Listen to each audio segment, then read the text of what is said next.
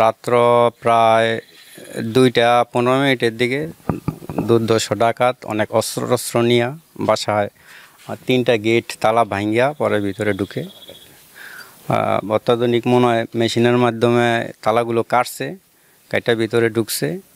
ঢুকিয়া আমি তো মাত্র তাকদা ঘুরে আসছি সন্ধ্যাবেলা, মনে করছি হিউজ পরিমাণ টাকা ছিল, কিন্তু বেশি টাকা ছিল না, 70,000 টাকার মতন ছিল। আর কারখানাটা একটু নিরাপদ মনে করে ফ্যামিলির সব স্বর্ণগয়না এখানেই ছিল, ঠিক আছে। প্রায় 14 থেকে 15 ভরি স্বর্ণ অলঙ্কার সহ নগদ 60 থেকে 70,000 এবং মূল্যবান জিনিসপত্র ছিনিয়ে নিয়ে গেছে, ঠিক আছে। আর আমি আঘাতপ্রাপ্ত, মাত্র চিকিৎসাধীন অবস্থায় আসলাম। ছোটো ভাইও হাঁটুতে আঘাতপ্রাপ্ত হয়েছে, তো এক্সরে করতে হবে, ঠিক আছে। এখন প্রাথমিক চিকিৎসা নিয়ে চলে আসছি। আমার রুমে ঢুকছে হইলো 5 থেকে 7 জন, টোটাল সব রুমে মিল্লা 15 থেকে 20 জন ছিল। হ্যাঁ, প্রথমেই ঢুইকা আমাদেরকে সবাইকে বেঁধে ফেলছে এবং অস্ত্রের মুখে, ঠিক আছে। খালি বলতেছিল যে তুই তাকদা করে আইসস, ঠিক আছে, আমার কাছে খবর আছে 30 লাখ টাকা লই আইসস, টাকা কই রাখছস দে, নাইলে জানা মাইরা ফেলাম।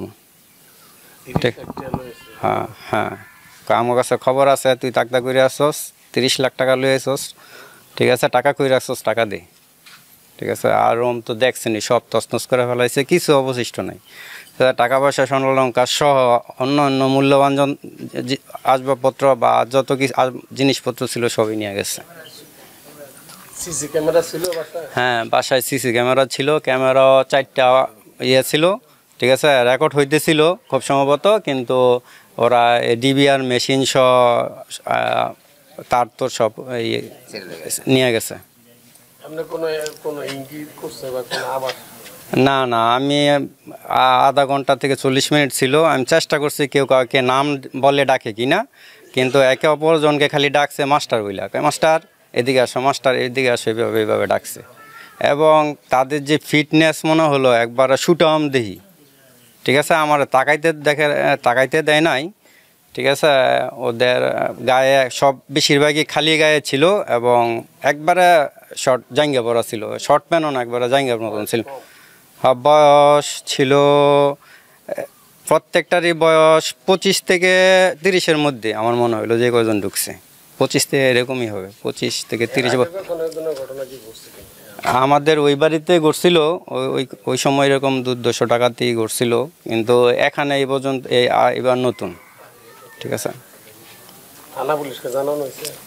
না, এখন তো যাব। রাত্রে কি কোনো টহল পুলিশ থাকে না? না, রাত্রে টহল পুলিশ দেখিনি, কোনো সময় আসে না? মাঝে দেখি আসে, আইসা ডাক দেয়, কিন্তু দেখি অনেকদিন পরে আসে আইসা। গতকালকে রাত্রে আমগণ যে ঘটনা চৌগড়িয়া প্রাইমারি স্কুলের সামনে এই মাস্টার সাহেবের মিলের মধ্যে বসে আমরা পড়াই গিয়া 1টা বাজে সবাই ওই বসেছিলাম, নির্বাচনের ব্যাপারে আমরা আলাপ আলোচনা করছি। পরে গিয়ে আমরা বাসায় শুয়েছি, শোয়ার পরে 2টার পরে আমরা একটু আংশিক খবর পাইলাম। পরে আমরা উঠে দেখলাম এই মাস্টার সাহেবের এই মিলের মধ্যে দোতলার উপরে উঠা এই তালা কাটটা গেড়ে তালা কাটটা আমরা অনেক লোক আসছি। আসার পরে উঠে গিয়ে দেখলাম হ্যাঁ 2 ভাইয়ের বেহাল অবস্থা, হেরা পড়ে রয়েছে। আর বাসার যা আছে সম্পূর্ণ মনে করেন একবারে লুটপাটের মতন কইরা হেরা ছিনাই লইয়ে গেছে। তো আমার অনুরোধ হলো আমরা যাতে এই আইন প্রশাসনের এই